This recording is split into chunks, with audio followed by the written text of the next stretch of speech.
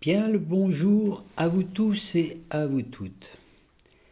Alors aujourd'hui, je vais partager avec vous des informations qui vont apporter, je dirais, un complément, peut-être plus de clarté, de compréhension par rapport à l'alchimie. Je pratique l'alchimie astrologique zodiacale depuis maintenant beaucoup d'années, mais à chaque instant, la lecture, les réflexions, les méditations que je peux faire m'apportent des éléments complémentaires et j'ai toujours à même de les partager avec vous parce que le but est d'avoir le maximum d'informations. Notre vie sur cette terre, nous vivons dans un corps qui est conceptualisé avec des mémoires de vie antérieure, d'expériences antérieures, et nous ne connaissons pas beaucoup ce corps, nous le découvrons au fur et à mesure. Donc notre vie est un grand voyage, nous voyageons vers la lumière, et naturellement nous traversons des zones plus ou moins sombres. Donc nous sommes sur Terre à la fois pour profiter du paysage, mais aussi pour comprendre, hein. Comme à une certaine époque, nous étions à l'époque d'Éden où la vie était plus facile, mais nous apprenions. Nous ne sommes pas là uniquement pour manger, boire, dormir, mais pour devenir des créateurs. Donc nous sommes tous quelque part en apprentissage. C'est donc un voyage d'apprentissage qui nous permet de découvrir comment fonctionne notre corps, comment fonctionne la création, comment fonctionne la nature aussi, hein, en regardant les plantes, les animaux, en étudiant en profondeur pour comprendre. Notre but de la vie, c'est d'enrichir notre âme par la compréhension d'un vécu expérientiel. Donc tout au long de ma vie, j'ai découvert certaines formes d'informations par rapport, que ce soit la numérologie, l'astrologie, l'alchimie, etc. Ce que j'ai concrétisé dans mon livre qui est sorti il y a quelques années maintenant sur l'astrologie zodiacale. Mais il y a toujours des informations en plus. Donc on peut dire qu'aujourd'hui, je ne pratique plus l'astrologie telle que je la pratiquais avec la même conscience, puisqu'à chaque instant, il y a un enrichissement. On peut dire, si je vous enseignais aujourd'hui l'astrologie, je ne vous l'enseignerai pas comme je l'ai enseigné peut-être même il y a 10 ans en arrière. Voilà. Donc j'ai eu l'occasion depuis quelque temps de découvrir une nouvelle méthode qui s'appelle le design humain, peut-être certains comprennent d'entre vous, qui est un sabot mélange d'astrologie, de yiking, de Kabbale, etc. C'est un monsieur, ce monsieur qui s'appelle Ra Uru, qui n'est plus de ce monde maintenant, mais qui a été, on peut dire, qui a reçu cette information. Alors je ne suis pas spécialiste dans le domaine, hein, puisque je n'ai pas été formé par ce monsieur. Des personnes donc ont été habilitées, hein, notamment cette dame qui s'appelle Linda Buñuel, qui a écrit ce livre, Le Dazing humain. Vous trouverez sur Internet beaucoup de vidéos par rapport à ça. Donc mon but là n'est pas de vous expliquer le Dazing humain, je ne suis pas habilité pour cela. Mais la lecture, l'étude de cela, notamment de ma propre structure, m'a permis d'avoir je dirais, une information en plus, on peut dire un sujet de réflexion plutôt, en plus, hein, par rapport à la compréhension. Et c'est là-dessus que je voudrais vous parler aujourd'hui, parce que ça m'a permis, enfin le fait d'avoir étudié cette méthode, ça m'a permis de comprendre des choses, d'améliorer, on peut dire, un petit peu ma compréhension aussi du thème et de percevoir un élément complémentaire qui peut apporter encore plus de clarté. Donc voilà. Donc le but, c'est que notre voyage sur Terre soit agréable. Donc la base même de ce travail va commencer par la compréhension, et c'est ça surtout dont je voulais vous parler, qui m'a beaucoup parlé au niveau de l'imagerie anecdotique, hein. C'est que notre petit moi est le passager d'un véhicule, ce véhicule est notre corps, et qui est conduit par un chauffeur qui est notre soi supérieur. C'est la base même du travail, et notre but, c'est d'être dans la voiture et puis de profiter du voyage, de comprendre, puisque notre soi nous amène toujours là où c'est le meilleur pour nous. Mais au début de notre vie, nous faisons des confusions. Nous pensons être la voiture, Hein. Certains ne font pas attention à leur voiture. Vous voyez, c'est un peu la même chose quand vous avez une automobile. Il y a des gens qui ont une grosse bagnole et puis qui vont, comment je vais dire, alors qui sont tout petits, vous voyez, par exemple. Hein. Et puis vous avez des gens qui ont une petite voiture et puis qui ont un fort tempérament et puis bon, ben, ils roulent un peu trop vite et puis leur voiture, elle arrive, ben, elle est déglinguée ou ils ont des accidents. Hein. Donc c'est important. Au début de notre vie, nous ne connaissons pas le corps physique, puisque le corps fait partie des mémoires inconscientes. Nous venons avec une partie de nous que nous connaissons, qui correspond à notre ascendant astrologique, mais nous ne savons pas comment fonctionne notre corps. Et pour savoir comment fonctionne notre corps, aussi dans le thème, il faut regarder aussi la position de la Lune dans notre thème de naissance, et puis après notre soi supérieur, qui est représenté par notre signe solaire, qui va nous montrer quelque part pourquoi on est venu sur cette terre, qu'est-ce qu'on est venu pour apporter comme information, quelle est l'expérience que nous avons choisie. Donc voilà. Donc le petit moi, la personnalité, c'est l'ascendant. Hein, est représenté par l'ascendant, le passager qui déjà dans un premier temps est une émanation du soleil, une émanation de notre fréquence, de ce qu'on est venu vivre sur Terre, mais qui n'est pas au début de notre vie et qui est connecté à la matrice, c'est-à-dire le monde ordinaire, on peut dire le petit moi qui est limité par l'illusion. Hein. Voilà. Donc ça, c'est le profil qui est choisi par notre soi directeur, par le soleil père, pour expérimenter les soleils, les possibles de ce monde. Donc c'est le père cosmique, le soi, qui nous envoie, qui nous dit voilà, je te crée, et tu vas aller faire une expérience. Hein. Donc on se retrouve là, donc le passager du vésicule. Dans la chimie, c'est aussi le mage qui commence sa vie. Hein. Donc le mage qui dispose d'un caractère particulier, dont il est conscient, croit qu'il est cela. Il fonctionne sous impulsion du programme mental qui est prédéfini par les paramètres mentaux activés et nourris aussi lors de ses vies passées. Chaque pensée tissant la toile de notre futur à vivre, chacune tisse la structure de notre prochain corps. Donc le passager, le petit moi, s'incarne dans un véhicule, comme une automobile, voilà. C'est le corps qui est adapté au voyage à faire. Donc voilà. Donc il est quelque part, c'est lui qui véhicule le passager. Voilà, donc le passager et le corps qui est le véhicule.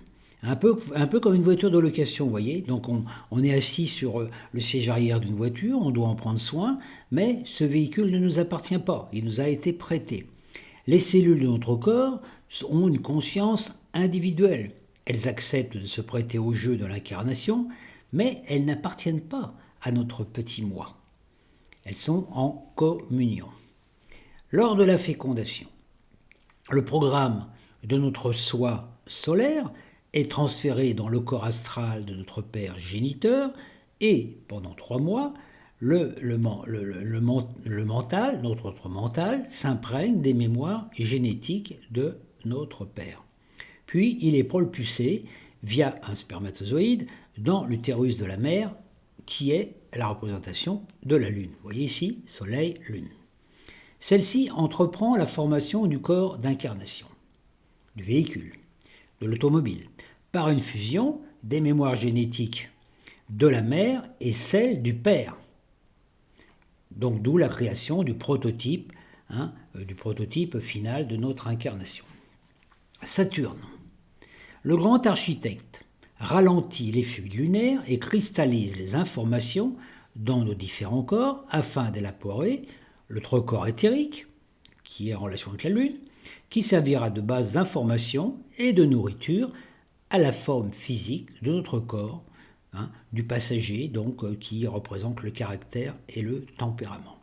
Donc nous nous incarnons dans un corps qui correspond à ce qu'on est venu vivre, mais on ne connaît rien du corps, puisque c'est au fur et à mesure du voyage qu'on va découvrir les potentialités de nous. Donc voilà, les mémoires qui sont enregistrées dans notre corps, celles qu'il faut réactiver et celles qu'il va falloir se débarrasser. Puis vient la naissance. Notre corps est élaboré à partir de cette banque de données génétiques. Donc le père, celle du père, de la mère, et les nôtres qui correspondent à nos vies passées, donc qui sont on peut dire qu'ils sont en relation aussi avec notre personnalité actuelle. Au début de la vie, on est comme un passager qui ne fait aucune différence entre le corps et le personnage que l'on est. On a tendance à confondre les deux. On croit qu'on est ce corps. Pendant 7 ans, donc on continue à se nourrir d'informations émotionnelles émanant de notre mère. Notre sang est nucléé par celui de notre mère et il fonctionne sur les mêmes bases et principes.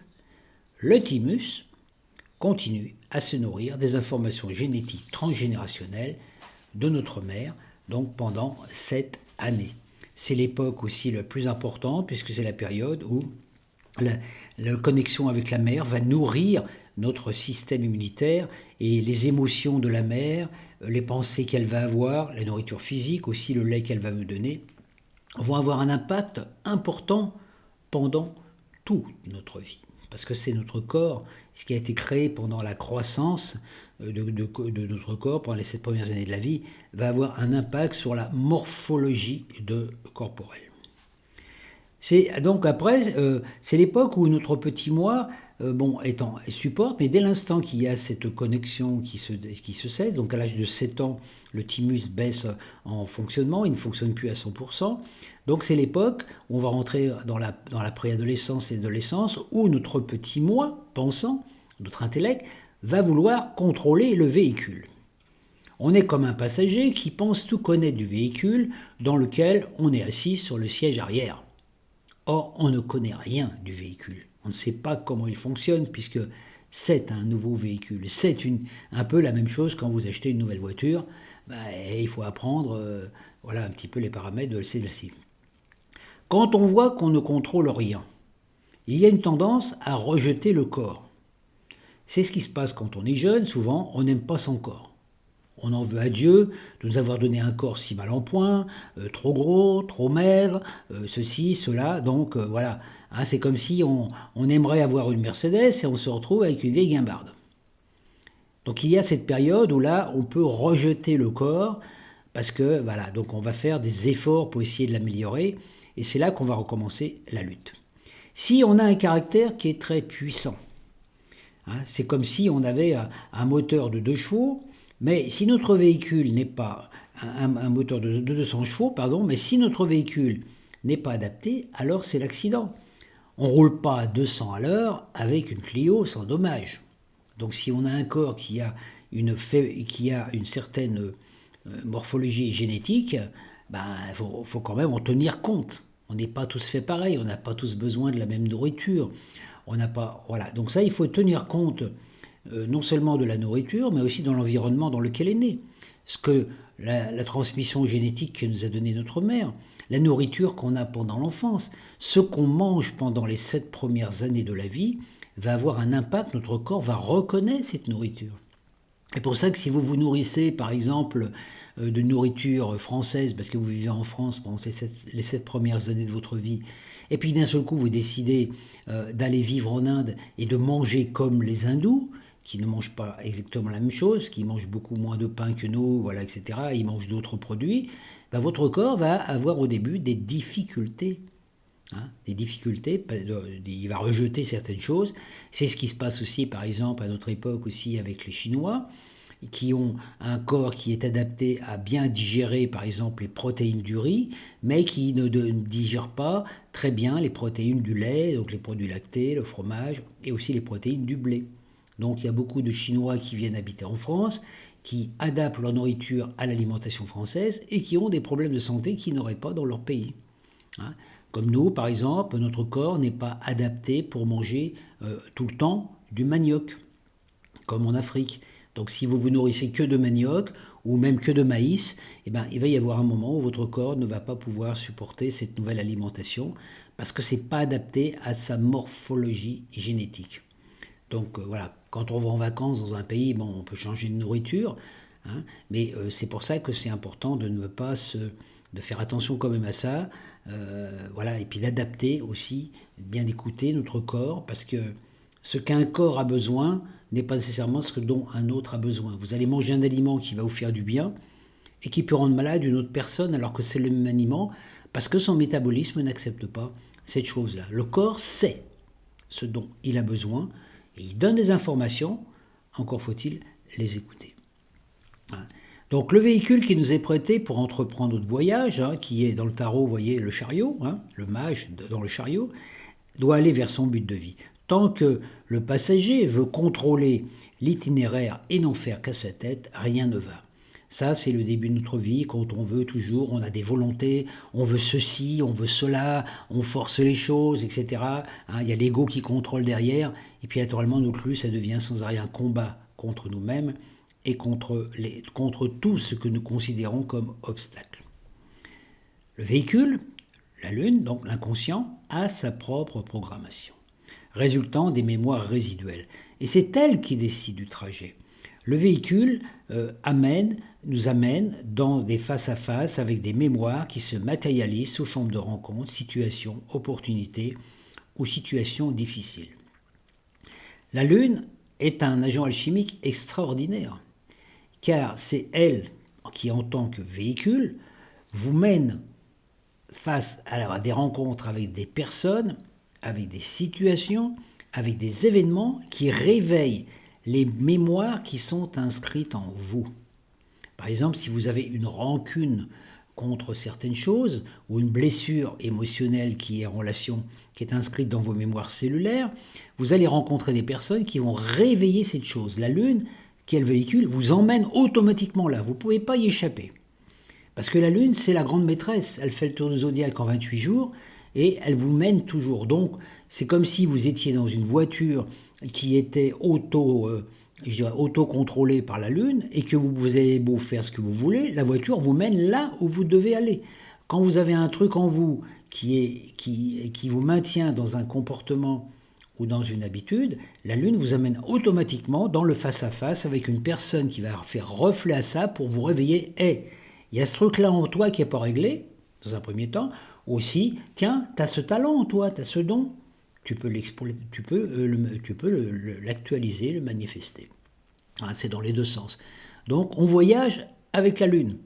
Le passager voyage avec son corps. On ne peut pas faire autrement. Donc, tant que le passager et le véhicule sont en conflit, c'est-à-dire déjà dans un premier temps, tant qu'on n'aime pas son corps, tant qu'on ne tient pas compte de son corps, tant qu'on considère son corps comme une machine, etc., qu'on lui donne à manger n'importe quoi, ou qu'on fait trop d'excès physiques dans un domaine, automatiquement, le corps se rebelle. Il faut qu'il y ait cette fusion, premièrement, entre le passager et le véhicule. C'est la chose la première. C'est ça aussi le mariage alchimique. La première partie du mariage alchimique entre justement notre âme et notre corps. Le corps a ses mémoires, l'âme a aussi des programmations, il faut que les deux cohabitent ensemble. Tout ce qui a un impact sur nous, en tant que passagers, tout ce qui nous blesse à notre amour-propre ou nous dérange, est alors révélé par les rencontres lors du voyage. Le véhicule, corps, nous oblige à nous remettre en question, à accepter le véhicule, à prendre conscience qu'on n'a aucun pouvoir de diriger. Donc il y a l'acceptation du corps. Si vous avez un corps qui fait 1m60, vous ne ferez jamais 1m80. Si vous êtes un homme, vous ne serez jamais une femme. Si vous êtes blanc de peau, vous ne serez jamais noir. Si vous naissez avec des cheveux crépus, c'est très difficile d'avoir des cheveux lisses. Voyez. Après, vous pouvez faire des tas d'efforts. Et puis des fois, il y a aussi votre corps qui, par exemple, ça c'est surtout, que ce soit pour les femmes ou pour les hommes, il va y avoir un processus d'infertilité, par exemple. Vous n'arrivez pas à créer d'enfants si vous êtes un homme, vous n'arrivez pas à enfanter si vous êtes une femme. C'est parce que votre corps vous dit, oui, dans cette vie, c'est pas ce que tu es venu faire, tu as une autre priorité. Parce que vous avez des talents et des dons qui sont parfois occultés. Par exemple, vous pouvez avoir été un super musicien dans une vie antérieure, et dans cette vie présente, mais par contre, vous aviez un caractère de cochon. Voilà. Dans cette vie présente, par exemple, le don de musicien va être en vous, mais il va être bloqué. Parce qu'on vous dit, faut un petit peu améliorer ton caractère.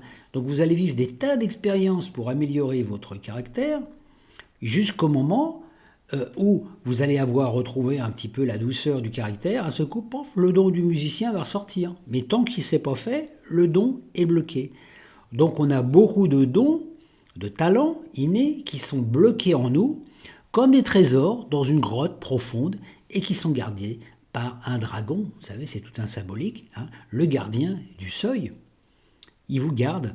Donc, tant qu'on n'a pas, je veux dire, fait le travail qui devait être fait pour nettoyer une mémoire, et ben automatiquement le don il est bloqué. C'est pour ça que des fois on a plein de dons en nous qui ne sont pas exploités parce qu'on n'a pas développé la qualité qui permet justement de libérer. Parce que si dans cette vie présente vous étiez redevenu un super musicien en ayant le même caractère de cochon qu'en cette vie passée, vous évoluez pas, c'est que votre ego va prendre de plus en plus d'importance et vous allez vous enfermer dans la vanité. Donc voilà. Donc là, le processus est très bien en fait. Donc le passager, hein, qui est le conscient, ne maîtrise pas l'inconscient. Jamais. Par contre, le conscient peut commencer à comprendre comment fonctionne son inconscient, comment fonctionne son corps. Hein, voilà, donc à partir de là, le mental n'a aucun contrôle sur l'inconscient. Aucun contrôle. Essayez de maîtriser vos émotions et puis vos sensations et vos ressentis par le mental, et c'est votre vie, c'est une vraie galère. Hein, donc voilà, donc tant qu'on n'a pas compris ça, notre voyage est inconfortable. On est le passager qui n'aime pas son véhicule, on le rejette, on le maltraite, on le punit, on le prive, on le sacrifie, on le nourrit mal, on le tatoue, on le nourrit de produits toxiques, de lectures et de musique abrutissante, car on ne peut plus supporter ce corps. Alors on fume, on boit, on prend de la drogue, on ne veut pas supporter ce corps. Hein. On boit de l'alcool pour sentir mieux, on se drogue pour sortir de ce corps, on veut changer de sexe, de peau, mais rien ne fonctionne. Parfois même on est tenté de détruire le corps, ce qui nous fait que nous obliger à revenir. Il faut être dans cette acceptation. Tout est parfait. Le corps que l'on a est l'outil parfait pour que dans cette vie, la lumière solaire rayonne à travers nous. C'est notre potentialité. Notre inconscient, c'est comme une mémoire voilée qui contient la lumière, qui a été créée à partir de la lumière. Et le but, c'est d'arriver à enlever le voile.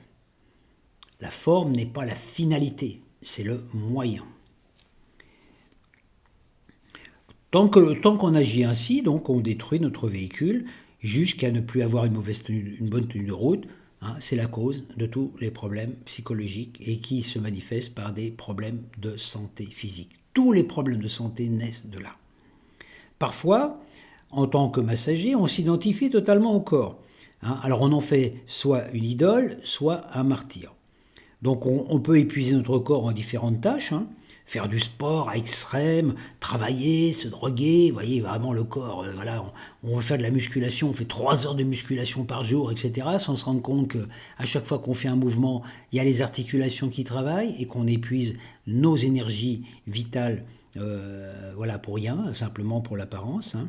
Donc afin de mettre en valeur, voilà, donc alors on va passer des heures et des heures de répétition à faire des choses pour monter sur une scène parce qu'on veut à tout prix être une idole ou avoir le premier rôle. Hein. Combien d'artistes, voulant être sur le devant de la scène, abusent-ils de drogue et d'alcool ou conduisent en état d'ivresse, etc., parce qu'ils veulent à tout prix. Donc à notre époque, c'est incroyable le nombre d'artistes qui montent sur scène, qui sont au fait soit des drogués, soit des alcooliques. Vous voyez, parce qu'ils forcent quelque part, au lieu de laisser leur soi rayonner cette chose. Donc ça, c'est parce qu'il y a derrière, il y a un contrôle de l'ego et que notre société est mise en avant pour que l'ego soit mis en avant, en valeur. Hein, c'est pour ça que vous voyez toutes les réseaux sociaux, Facebook, Twitter, Instagram et tout, c'est toujours la valorisation de la personnalité. On veut être connu, on veut être connu, on veut être le meilleur, toujours le plus beau, le meilleur, etc. Donc c'est la course quelque part à l'apparence et le corps physique finit par trinquer. Quand, en tant que passager, on est imprégné de croyances religieuses, on prend notre corps pour l'ennemi et on le combat. Les flagellations, on martyrise son corps. Tant qu'on agit ainsi, on détruit le véhicule qui commence à ne plus avoir une bonne tenue de route, comme je dis, et on frise l'accident, comme si vous êtes en voiture. Si vous ne tenez pas compte de votre véhicule, il va y avoir un moment dehors. Vous allez rentrer dans les autres vont vous rentrer dedans, accident, hôpital et parfois même la mort. Hein. Le corps n'est pas l'ennemi, il est l'ami, le meilleur ami. Il faut savoir l'écouter, il faut savoir aussi parler à ses cellules, leur dire, voir que pendant... Moi je sais que j'ai vécu cette expérience. Pendant plusieurs années, à bout d'un moment, vous vous rendez compte qu'en fait vous n'aimez pas votre corps, vous n'aimez pas votre cellule. Hein, alors vos cellules, si vous ne les aimez pas, comment vous voulez qu'elles fassent un bon travail?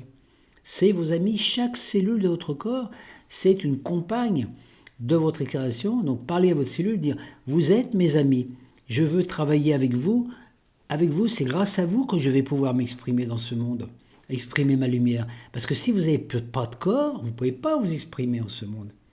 Hein, il faut une forme physique dans ce corps pour que la lumière rayonne. Alors parfois, le passager que l'on est finit par se résigner. Vous voyez, comme si on était assis dans la voiture et par la vitre extérieure, on voit le monde. On voit le trafic, les autres autos qui circulent. On envie celles qui sont plus belles, celles qui vont plus vite. On rouspète contre ceux qu'on dise qui conduisent mal. On critique ceux qui ont des plus belles limousines que nous. Et tous ceux qui semblent avoir mieux réussi que nous. On finit par croire que c'est à cause d'eux qu'on n'a pas la voiture de nos rêves. On en veut à nos parents, à notre lignée, à nos voisins, à nos patrons, aux dirigeants, aux banquiers, à tous ceux que l'on considère comme coupables. C'est ça la grande illusion. On s'informe alors de tout ce qui va mal dans ce monde, ce qui nous occupe. Hein. Voilà, dans la voiture, on met la radio, puis on écoute les infos. Voilà, hein. Et on empêche ce qui nous empêche de voir ce qui ne va pas en nous, parce que c'est notre vie qui est en jeu. Peu importe ce que vivent les autres, c'est pas notre problème. C'est plus pratique de voir le mal chez l'autre ou la mauvaise conduite chez l'autre que chez soi. On observe alors, on regarde sur Internet, on partage des infos qui dénoncent les méchants, les mauvais, ceux qui créent des guerres sans se rendre compte qu'on est en guerre contre soi-même. Notre entourage, nos parents, nos amis, nos frères, nos collègues, nos voisins, et que toute guerre intestine se répercute sur l'entourage et que c'est la base même des guerres mondiales, puisque ce sont des émotions qui, par la double polarité magnétique de notre corps, vont générer des atmosphères de conflits avec les autres. Donc il est plus facile de fustiger autrui que de vouloir, de punir, de condamner, que de se mettre en question et de transformer ce voyage ressemblant à une galère en un voyage d'information agréable et de découverte de soi. Quand on est épuisé de cette lutte, on le fait un burn-out ou une prise de conscience, un éveil, nous révélant qu'on est la source de nos problèmes, que personne ne dirige notre vie, sauf nous, et qu'on est responsable de tout cela, de notre non-acceptation des réalités, que notre corps et les événements de notre vie résultent de nos pensées antérieures et intérieures, que notre corps est notre ami, que ceux qui nous ont offensés ne sont que des messagers de la source qui sont venus nous révéler ce qui n'allait pas en nous. C'est alors qu'on peut prendre un peu de recul et on commence à voir qu'on n'est pas le corps, mais que celui-ci répond aux impulsions de notre ego, de notre mental, ce menteur, ce programme. Alors, le programme transgénérationnel qui nous a fait croire que nous étions ceci ou cela. On commence à devenir observateur. Donc on vit dans notre corps en conscience qu'on n'est pas le corps, mais qu'on est un avec le corps. On a ce corps, on n'en a pas un autre. Donc à partir de là, on va pouvoir prendre du recul et ne pas rentrer émotionnellement dans des réactions émotionnelles face à ce qui se passe. Et on est en voiture, il y a un trafic qui se passe, etc. On ne s'énerve pas, on reste cool, on suit sa trajectoire, on respecte le rythme de notre véhicule, on respecte les limites de vitesse, on respecte le code de la route intérieure. Parce qu'on se dit, moi, par exemple, vous partez de Paris, vous voulez aller dans le Midi, vous êtes dans votre voiture, vous allez rouler avec le rythme de votre voiture. Si vous avez une petite voiture dont la vitesse de pointe est 100 à l'heure, vous n'allez pas rouler à 130. Et puis s'il y a des gens qui vous font des queues de poisson et tout, c'est les autres. Vous restez vigilant dans votre voiture, conscient. Alors, vous voyez à quel point dans une voiture, tout nous amène dans l'inconscient. Quand vous allumez la radio, vous écoutez les informations, les trucs, déjà vous n'êtes plus dans la conduite. Quand vous téléphonez, n'en parlons plus, parce que là c'est pareil. Hein. Et quand vous écoutez de la musique, vous écoutez une musique qui vous plaît, qui vous rappelle un souvenir d'enfance, vous conduisez, hop, vous êtes parti dans le souvenir, et puis vous êtes moins vigilant sur votre conduite. Vous n'êtes pas conscient que vous êtes dans une voiture. Et que vous devez automatiquement veiller à bien respecter certaines choses parce que vous n'êtes pas seul. Et que votre façon de conduire peut provoquer des accidents aux autres aussi. Hein. Donc c'est alors que commence notre voyage, disons, alchimique avec une conscience. On entame une voie de découverte intérieure, voie qui n'est pas facile, hein, qui demande du courage, de l'humilité, de la patience, de la détermination, parce que même si on décide de bien conduire, ça ne va pas empêcher que les autres à côté, ils vont conduire un peu n'importe comment. Mais ce n'est pas votre problème. On essaye de passer à travers les mailles du filet. Donc c'est le moment où on doit dissocier notre mental de notre corps et se réconcilier avec notre corps, l'écouter, tenir compte des paramètres de celui-ci, de notre forme, de notre essence, de nos performances, et de faire avec, en faire un ami. Parler à nos cellules et profiter du voyage, observer, découvrir, s'émerveiller, accomplir ce pourquoi on est venu, révéler, construire, guérir, diriger ou travailler. Tout dépend de notre programme. Donc, quand le passager fait un avec son véhicule et accepte le rythme de celui-ci, voilà, il suffit de bien le nourrir, de ne pas s'occuper de ce que font les autres et leur façon de conduire. Hein. La charité fait un, voilà, on peut dire la charité fait un avec le mage, voilà, le chariot fait un avec le mage et se dirige vers le but, hein, de vie qui est justement la capacité d'utiliser notre libre arbitre. Ce sont nos pensées qui tissent notre devenir. Alors, on est comme un passager assis sur le siège arrière d'un véhicule avec lequel on est en harmonie, et c'est là qu'on s'aperçoit qu'il y a un conducteur qui est aimable, qui est souriant, qui a toujours été là, qui est notre soi, et c'est lui qui conduit l'auto. Il la connaît puisqu'il en est le propriétaire, le constructeur et le conducteur, et il nous mène vers le meilleur de nous-mêmes. Alors, le passager réconcilié avec le véhicule se laisse guider par le conducteur, qui sait où il est bon que nous aillons. Car nous sommes sa création, nous en tant que passagers, donc on est emmenés sur des chemins inconnus, pleins de découvertes, d'aventures, et nous permet de démontrer nos capacités, de découvrir des dons qu'il ignorait. Quand on dépasse, quand notre petit moi fusionne avec notre corps, et puis elle accepte, et qu'on s'ouvre à d'autres choses, notre vie est guidée par notre soi supérieur. Et lui, il dit, bon voilà, t'es assis. Alors imaginez, vous êtes assis dans une voiture, sur les sièges arrière, vous êtes dans une voiture, et votre chauffeur ne vous demande pas où vous voulez aller. Je vais vous emmener dans un endroit où vous allez découvrir des choses magnifiques. Je connais tout. Le soi, il connaît tout. Il va vous amener vers des endroits. Donc, il y a peut-être des endroits, et là, à l'endroit où vous allez aller, vous allez vivre des expériences et découvrir des potentialités, découvrir des belles choses, découvrir des choses sur la nature, sur vous, etc. Le voyage est un voyage de découverte. Vous profitez de la balade. Il n'y a plus de lutte, il n'y a plus de combat. Votre corps fonctionne bien, vous êtes en harmonie perpétuelle. Voilà. Donc le conducteur, le soi, ne vous mène jamais dans un endroit dangereux. Et même s'il vous met dans un endroit où il paraît des obstacles, c'est pour vous aider à découvrir une potentialité que vous avez en vous. Il ne vous met jamais face à une situation dont vous ne pouvez triompher. Dès que vous doutez, il suffit que vous faites confiance au conducteur. Si vous faites confiance à votre soi supérieur, il ne peut rien vous arriver de dommageable, puisqu'il vous a créé pour que vous fassiez un voyage agréable. Hein? Alors, quand le voyage est agréable, vous enregistrez de nouvelles informations. qui vous serviront lors d'une prochaine incarnation à disposer d'un véhicule-corps plus agréable, une belle automobile pour faire un magnifique voyage dans un monde paradisiaque.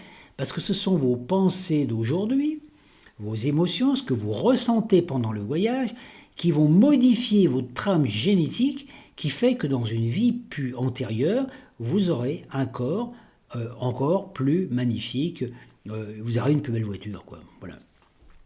Mais le travail est ardu car il demande une certaine vigilance. Tant que nous fonctionnons en tant que passagers qui veut à tout prix diriger la voiture ou qui dit au chauffeur je veux que tu ailles là, je veux que tu ailles là, ou qui veut conduire la voiture, c'est le conflit avec les conducteurs qui s'actualisent. Hein. Alors ce qui est intéressant de voir, c'est que le soi supérieur, quand il sent que le passager veut à tout prix l'emmener aller à un endroit, il l'emmène. Mais tu veux aller là? Ok, je t'emmène là. Hein, le soi, on peut dire que le soi, il obéit à nos volontés. Et il nous emmène dans des endroits qui sont... C'est là qu'on commence à avoir des problèmes. Donc tant que nos volontés veulent contrôler le corps, le véhicule ou la vie, tant que le moi et l'ego veulent contrôler notre destinée, c'est le conflit, c'est les problématiques. On fait toujours des mauvais choix. Hein, donc à partir de là, voilà. Donc le mental, notre mental et notre ego, voilà, sont stressés. L'ego a toujours peur de l'inconnu. Et il pense que seul le mental peut et doit contrôler. Alors regardez, le mental, lui, contient une programmation, dirigée par l'ego. On veut toujours aller sur des chemins qu'on a déjà fréquentés. Ça devient ennuyeux à la fin. C'est dans une voiture. C'est un peu comme si vous preniez le bus tous les matins et que vous preniez le même trajet pour aller travailler, faire un boulot qui ne vous plaît pas. Et bien c'est la même chose, c'est exactement ça qui se passe.